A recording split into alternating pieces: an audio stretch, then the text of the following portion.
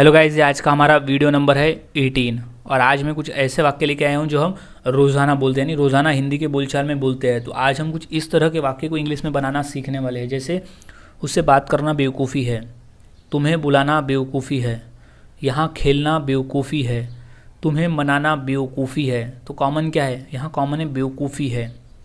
यहाँ किसी भी कार्य को करना बेवकूफ़ी है, यानी हम कहते हैं ना, ये कार्य को करना बेवकूफ़ी है, यानी कोई समझ नहीं है, करना बेकार है, कोई समझ नहीं है, ऐसे काम को करना, यानी कोई भी कार्य को करना बेवकूफ़ी है, यहाँ वाक्य का मतलब होता है।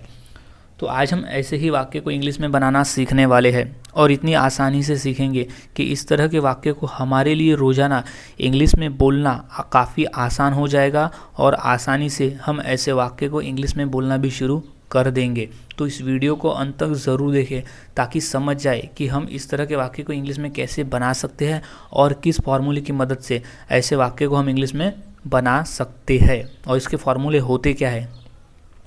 तो इस वीडियो को अंत तक ज़रूर देखें। तो इस तरह के वाक्य को बड़ी ही आसानी से इंग्लिश में बनाने के लिए हम एक सेंटेंस फार्मूले का प्रयोग करते हैं, जिसकी मदद से हम ऐसे वाक्य को इंग्लिश में बनाना सीख जाएंगे। तो काफ़ी आसान सा फार्मूला है और वो फार्मूला है it is foolish. It is foolish का ही मतलब होता है बेवकूफ़ी है। इट इज़ फुलिश यानी बेवकूफ़ी है। तो यहाँ it is foolish her English के वाक्य में कॉमन रहेगा, यानी सेम रहेगा, जिसका ही मतलब होता है इट इज़ फुलिश यानी बेवकूफ़ी है। तो इट इज़ फुलिश सबसे पहले हम लगा देंगे, इट इज़ फुलिश का ही मतलब होगा बेवकूफ़ी है, यहाँ कॉमन में रहेगा। प्लस टू फिर प्लस V1 यानी क्रिया का पहला रूप। अब कौन सा कार्य करना बेवकूफ़ी है वो V1 में हम लिख देंगे, जो कि होता है वर्ब का पहला फॉर्म। V1 यानी क्रिया प्लस ऑब्जेक्ट यानी बचा हुआ भाग। तो हमारा कंप्लीट फार्मूला होगा it is foolish plus two plus V1 यानी क्रिया का पहला रूप, जो सिचुएशन के हिसाब से बदलेगा, जब हमें जो क्रिया कहनी है वो, प्लस ऑब्जेक्ट। तो हमारा complete formula it is foolish two plus V1 plus object यानी बेवकूफ़ी है। अब हमने फार्मूला समझ लिया। अब फार्मूले के आधार पे हम वाक्य को इंग्लिश में बनाना सीखते हैं। तो पहला एग्जांपल है, यानी पहला हमारा वाक्य है उससे बात करना बेवकूफ़ी है। उससे बात करना बेवकूफ़ी है, यानी कौन सा कार्य करना बेवकूफ़ी है? यहाँ पे उससे बात करने का कार्य करना बेवकूफ़ी है।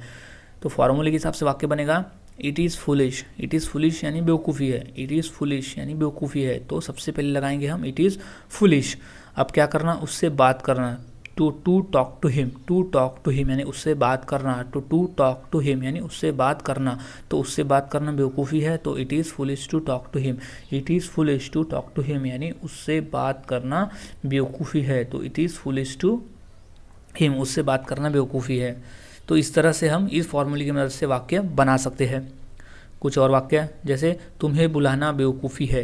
तुम्हें बुलाना बेवकूफ़ी है, यहाँ कौन सा कार्य करना बेवकूफ़ी है? यह तुम्हें बुलाना। तो इंग्लिश होगी इट इज़ फुलिश यानी बेवकूफ़ी है। तो इट इज़ फुलिश यानी बेवकूफ़ी है, तो इट इज़ फुलिश। क्या करना? तुम्हें बुलाना। तो टू इन्वाइट यू यानी तुम्हें बुलाना। इन्वाइट यानी बुलाना, निमंत्रण देना, बुलाना।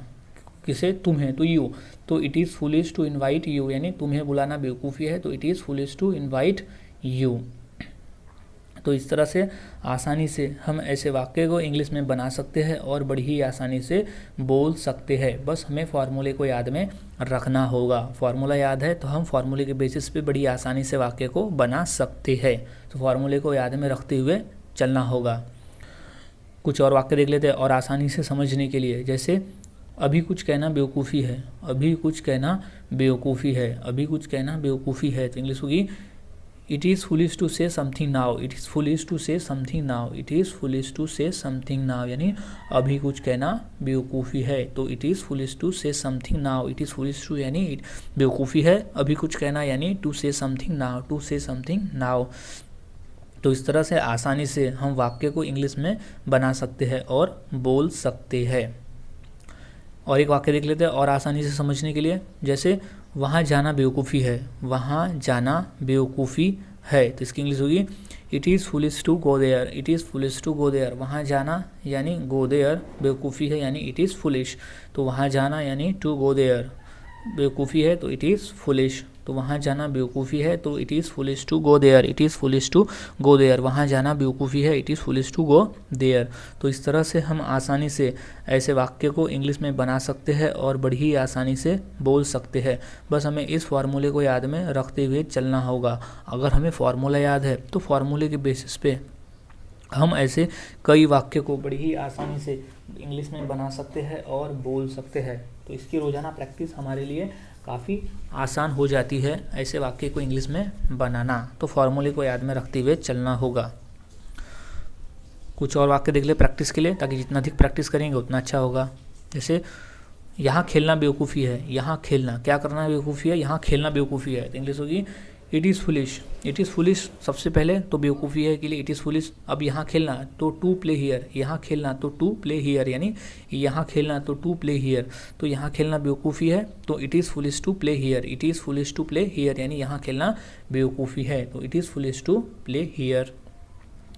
तुम्हें मनाना बेवकूफ़ी है, तुम्हें मनाना बेवकूफ़ी है, तुम्हें मनाना बेवकूफ़ी है, तो इंग्लिश होगी it is foolish to convince you. तुम्हें मनाना क्या करना बेवकूफ़ी है, तुम्हें मनाना बेवकूफ़ी है, तो it is foolish to convince you, it is foolish to convince you, यानी तुम्हें मनाना बेवकूफ़ी है। तो इस तरह से आसानी से हम ऐसे वाक्य को इंग्लिश में बना सकते हैं और बोल सकते हैं। जहाँ हम किसी कार्य को करना बेवकूफ़ी है बोलते हैं तो इट इज़ फुलिश टू का प्रयोग हम करते हैं, यानी इट इज़ फुलिश। तो इस तरह से आज हमने देखा कि किस तरह से हम बेवकूफ़ी है वाले वाक्य को इंग्लिश में बना सकते हैं और बोल सकते हैं। तो अगली बार से जब कभी ऐसे वाक्य को बोले तो इंग्लिश में ही बोले, यानी इसी की प्रैक्टिस भी हो जाएगी और इंग्लिश बोलना भी शुरू हो जाएगी। तो ऐसे वाक्य को इंग्लिश में ही बोले। तो अब इसी फॉर्मूले के आधार पे मैं 2 वाक्य देता हूँ, इंग्लिश क्या होगी मुझे कमेंट करके ज़रूर बताएं। जैसे हमें कुछ भी बताना बेवकूफ़ी है, हमें कुछ भी बताना बेवकूफ़ी है, यानी क्या करना बेवकूफ़ी है, हमें यहाँ कुछ भी बताना बेवकूफ़ी है। और दूसरा है उसे बोलना बेवकूफ़ी है, उससे बोलना है, उससे बात करना बेवकूफ़ी है, यानी उससे बात मत करो बेवकूफ़ी है। तो ये 2 वाक्य की इंग्लिश क्या होगी मुझे कमेंट करके ज़रूर बताएं। और ऐसे वाक्य की प्रैक्टिस करते रहे, ताकि जितना अधिक प्रैक्टिस करेंगे उतना हमारे लिए ऐसे वाक्य को इंग्लिश में बनाना और उसे बोलना आसान हो जाता है। तो ऐसे वाक्य की प्रैक्टिस करते रहे। तो आज हमने सीखा कि इट इज़ फुलिश टू का मतलब होता है बेवकूफ़ी है, इट इज़ फुलिश टू। तो मिलता हूँ ऐसे ही नए सेंटेंस फार्मूले के साथ, यानी इसी तरह के रोजाना बोले जाने वाले कुछ वाक्य, यानी कुछ प्रकार के वाक्य को इंग्लिश फार्मूले के साथ अगले वीडियो में। तब तक मेरे चैनल को देखते रहे और इंग्लिश सीखते रहे।